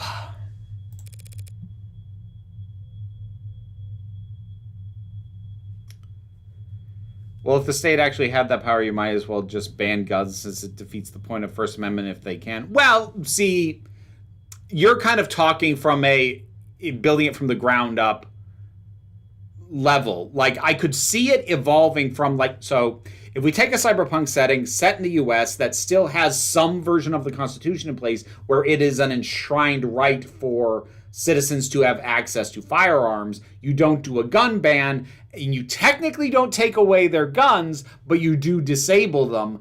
They still have the right to own them, but they don't function in a whole bunch of situations. It's the kind of thing that happens when you're building on older laws as opposed to just building from scratch, which is honestly a thing that a lot of people miss in their world building. A lot of people, at least this is the sense I get, especially with sci-fi settings, and I'm not saying that there is,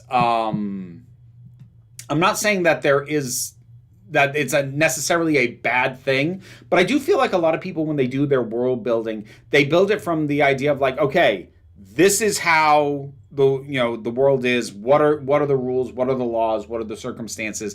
And they kind of do it in a vacuum. That's not to say they might not have background in lore or whatever, but in reality, these things would be built on top of older systems, and a lot of those older systems would have vestigial elements and things that kind of are the legal equivalent of appendices that, you know, are still there but don't have as much meaning but are still technically on the books. And it's always interesting when somebody thinks to build it that way. Just Morgan is fine. You're just a few minutes early, Morgan. Typical corporate, never be the first one to show up. Pissing contest nonsense. Doesn't even make sense. They called me in here. How could I possibly be early? Oh, that's embarrassing. I didn't mean to catch you all off guard. I'll go wait outside in that case so you can all collect yourselves. I'm just surprised that Noble Electronics would screw up something as simple as a meeting start time. But I'm not well versed in the art of staring at emails. You've made your point, counselor. Don't push your luck. Not with these people. Might I dare ask who these people are? You don't have time to remember their names, and it won't do you much good either. Right, so they're not just rich, they're anonymous rich. The Mob Act guarantees a minimum level of security and peace of mind for any citizen who might be targeted due to their financial status. Mob Act.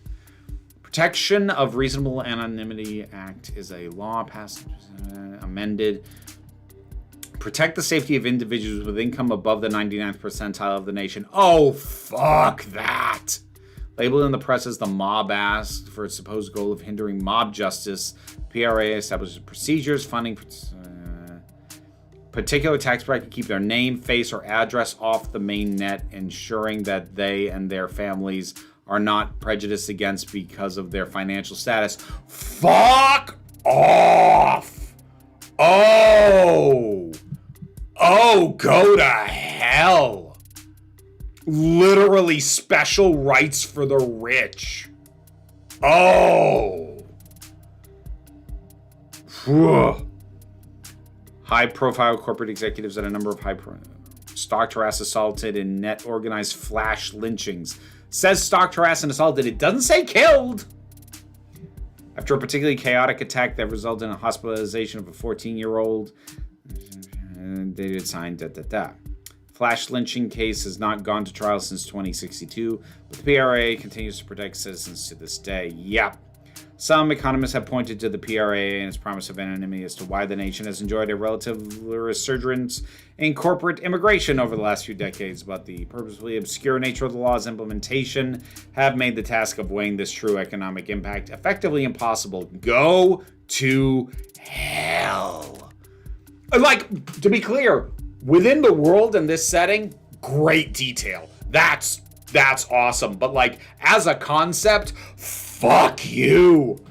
Shit.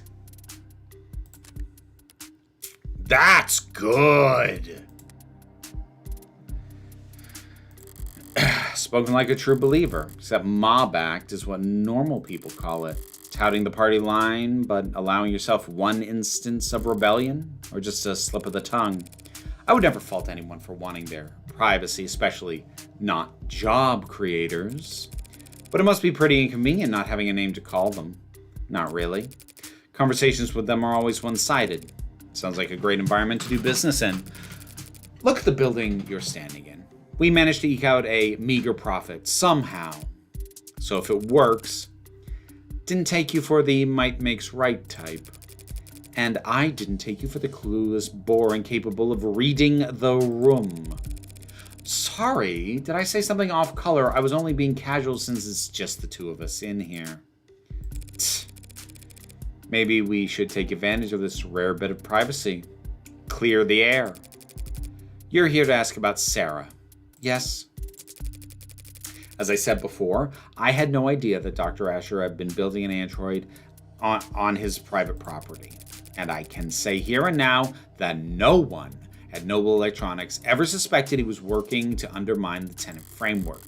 She's trying to sound candid in her tone, but she's choosing her words with a surgeon's scalpel. Was she coached?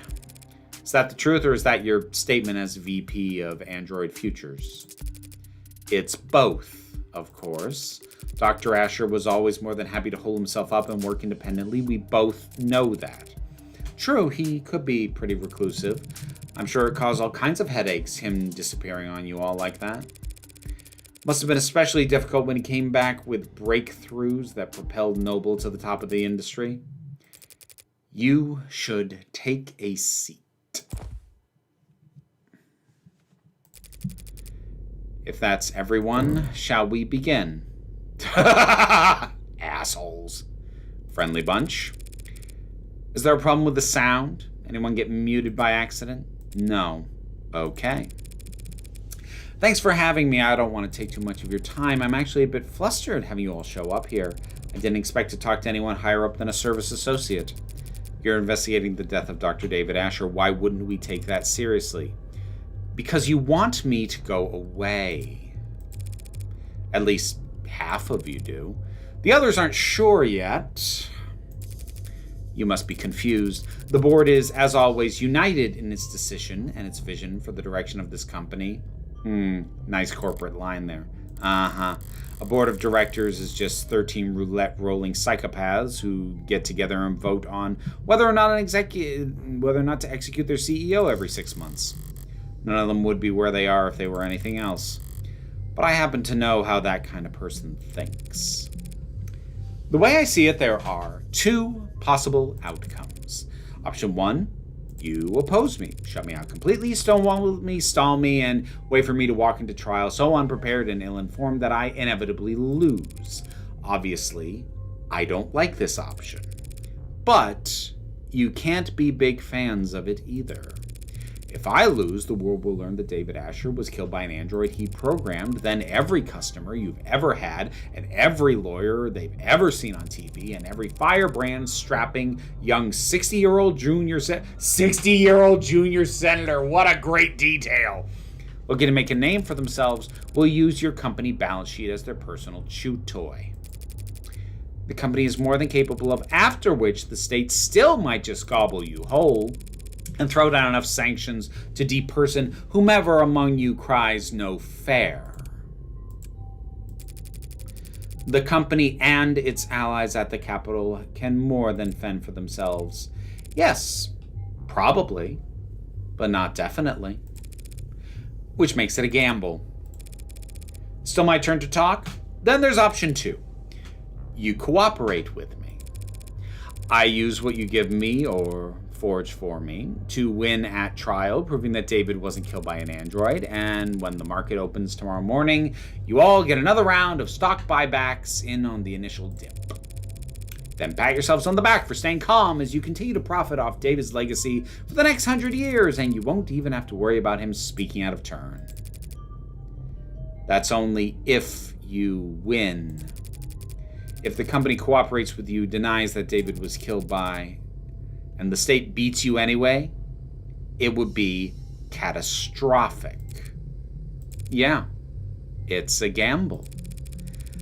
But if at least some of your board wasn't considering taking it, I wouldn't be here. We're all busy people. I hate to drive a wedge between such a close-knit group of friends, so how about this? Option 3, hedge your bets. What? Put a little on black, put a little on red, spread the love, lower your risk profile.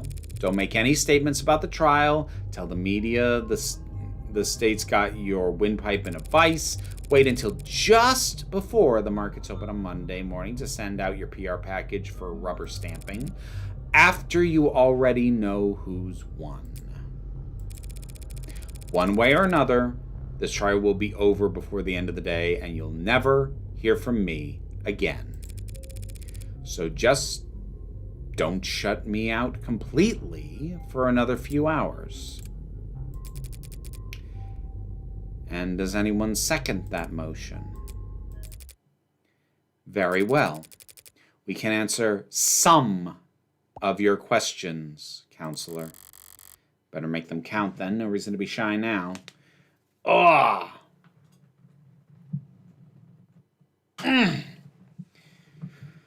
Something realistic I like in world building is when a position or institution fills a specific function now, but evolved from something very different, like the ancient Rome secret police were originally just a state courier service, but emperors turned them into a state spy network because their job gave them the pretext to travel.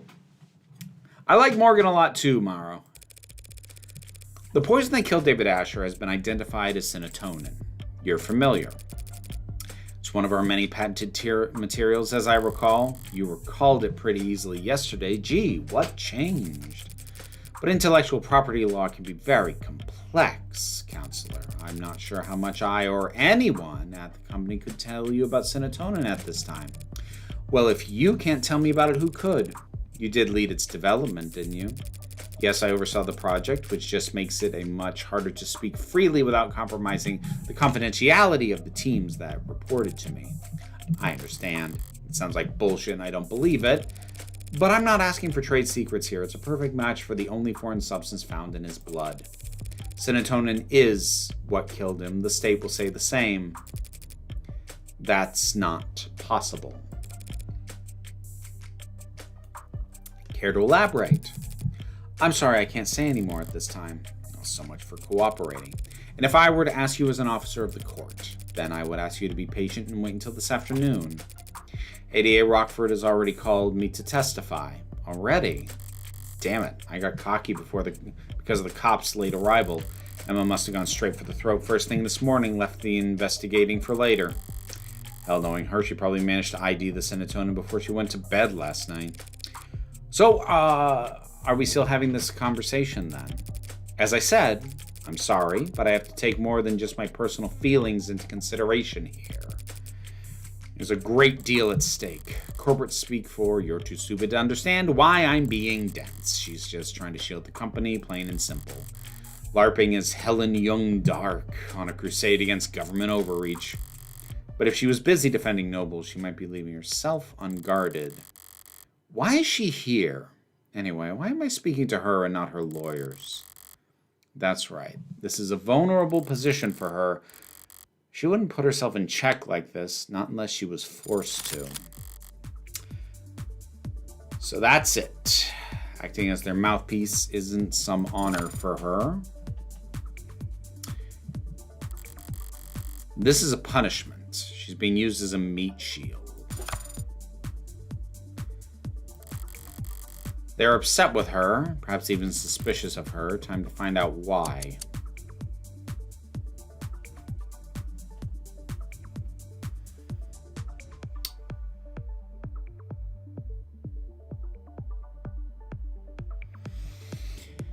And now to the part of the game that frustrates me.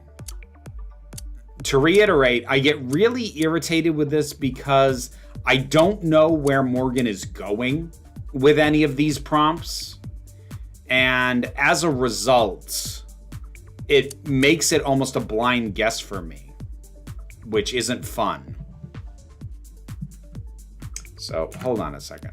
First of all, let's save.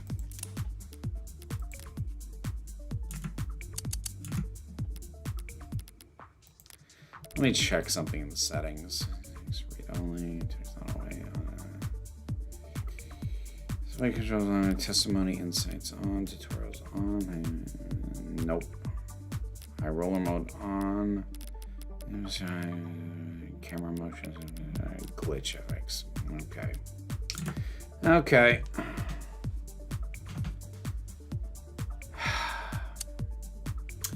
Screw it. Hold on.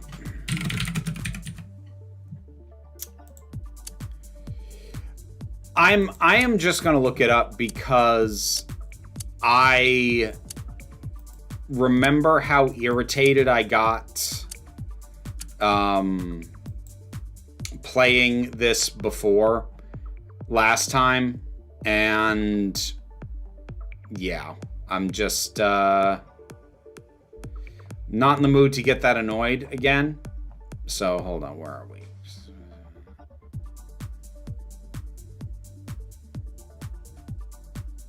Here we go.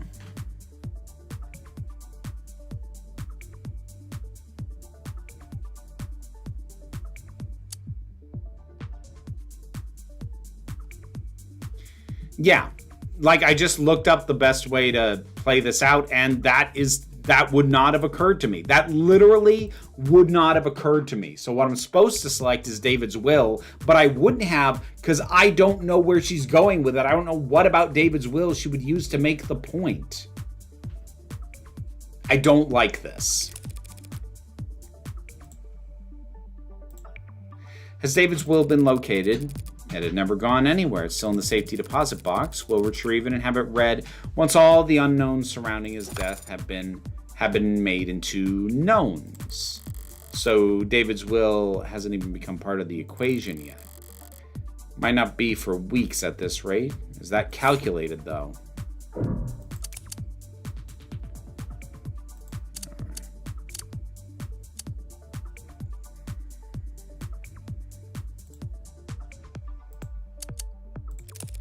Again, it wouldn't have, like, I don't like this because I have to make these guesses not knowing where Morgan's going with it. And so I don't like this. It might work better for other people and presumably works better for how the devs think, but for the way my brain works, it is completely counterintuitive and it ends up being a blind guess basically every time because I stress myself out trying to figure out where the hell she would go with any given prompt, and then I'm usually wrong. And yeah, so I hate this. Which is why I'm just looking it up, because it's unfair to the game that the way my brain works chafes against this as badly as it does, and I don't want my otherwise positive experience with the game to be ruined by another I hate this outburst. So after all, you and David did have a history. You started at the same time, didn't you? Yes, we were colleagues and cordial with one another. Don't be so modest. You helped him create the one-point doctrine that saved the company. That's a gross exaggeration. Noble is far too large an organization to be affected by the contributions of any single individual. Suppose you're right. No one person could change Noble's fortunes overnight, except for David Asher, of course. But he was a once-in-a-generation talent, the guy Noble chose for the advertisements and the one they commissioned editorials about. Sorry, you're right. I shouldn't have equated the two of you. I just hope his one-point doctrine doesn't fall out of favor now that he's gone. Yes, we certainly wouldn't want that. Well, she didn't exactly explode with rage, but she definitely reacted. There's real jealousy there. Whether it ever boiled over, though... I don't mean to pry about your relationship with David, or lack thereof. I suppose I'm just curious about his standing inside Noble as a whole. David Asher was and always will be an outstanding contributor to the company's forward progress. Nothing will ever change that. Not even if he was killed by one of his own creations. That would, of course, be a tragic element that would call for reconsideration of his legacy. She was almost off guard there. Like, she was surprised for me to be asking about Sarah ruining his reputation. Do I press or do I stay on this? Press. That's what I figured. Besides Sarah, David's reputation was crystal clean. He never went against the company once. Did he? That's... Unless I'm mistaken, he and Noble were on bad terms. In that case, I might get the impression that some parts of leadership were actually glad to see him taken off the chessboard. That is not something buzzing in your ear. Fine. I suppose it makes no difference if you hear it now or at the trial or on your feed tomorrow. Dr. David Asher was being sued by the company for breach of contract. Satisfied? Now we're talking. Well then, I suppose that's... blackjack.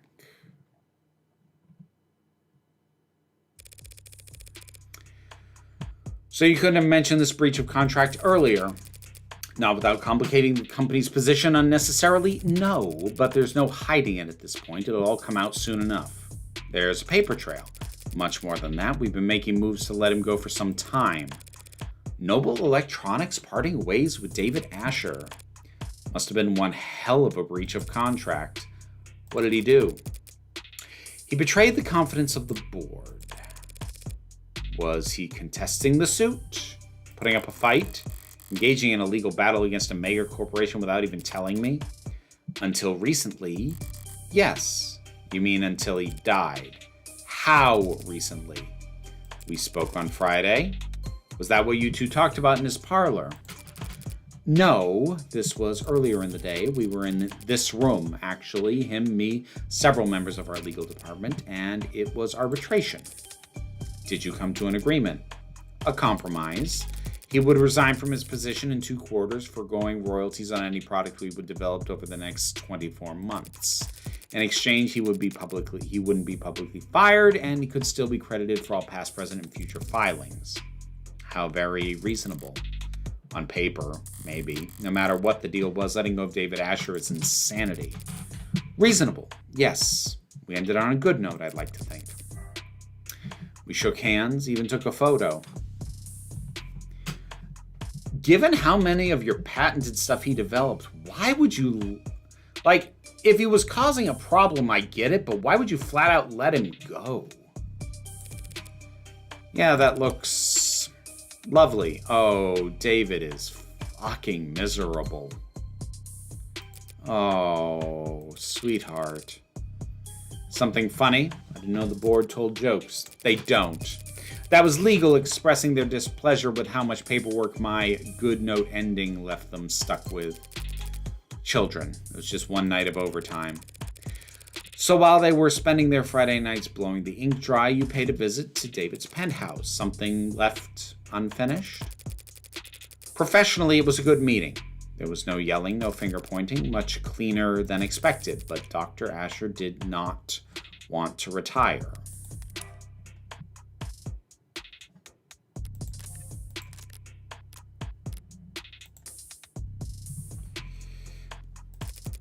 He didn't want to be forced out of the company when he was the one who, well, when he had contributed so much.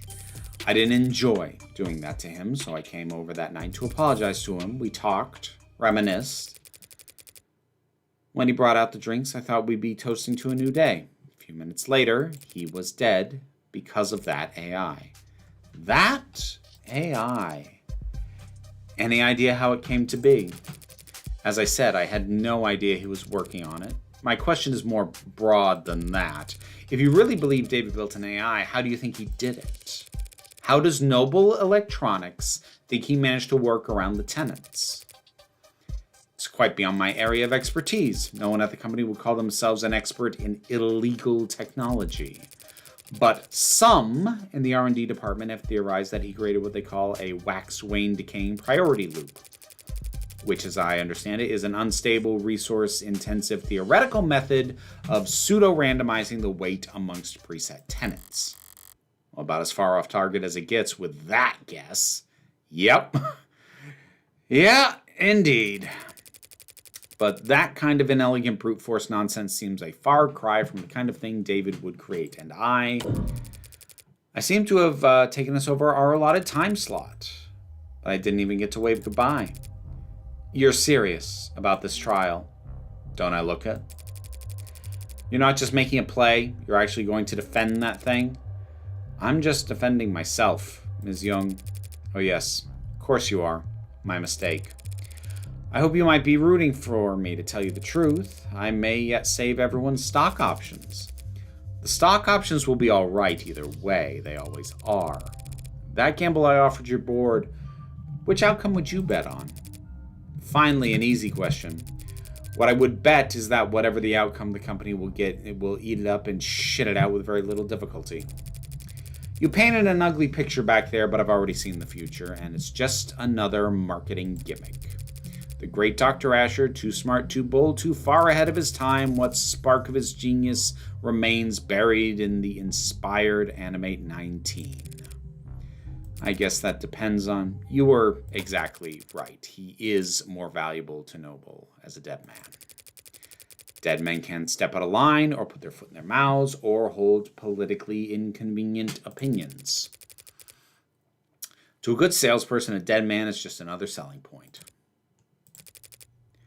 Pardon my outburst. I'm just tired. It's been a very long week for me. I'll let you prepare for your afternoon then, Dr. Jung. No one calls me doctor. I asked them not to. You didn't want the title? At times, I have thought very little of it. The PhD I earned from a Noble-owned school, biochemistry. It couldn't have been a large department at Noble before they started working warm androids in earnest. They probably didn't have many expectations for that program when she was part of it. But I was proud of it when I first got it. Something changed? It never seemed to catch on. People didn't use it, so eventually I told people not to use it. Very high IQ social power play, you understand. David never insisted people use it either. That's very different, and I think you know it. David Asher didn't have to. All right, we're going to wrap it up there. God, this game's so much like I keep getting caught off guard with how long. I'm used to episodic games being having the episodes be shorter than this one is. So we're going to save it there.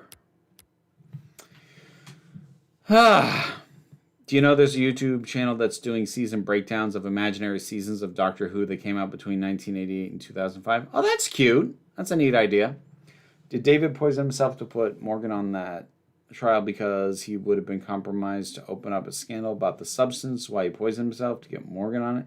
I don't know. I'm still not convinced that he did that knowingly to himself. I don't have a firm theory on that yet. But we're going to wrap it up there. There will not be a gaming stream on Friday. I have life stuff that I need to do. And Saturday's video is going to be a list. It's probably going to be, okay, it might be something else. It is probably going to be a list of what I think are the best cliffhangers in Doctor Who since the revival. And new podcast on Monday.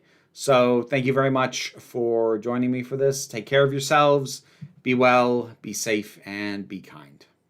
I'll see you.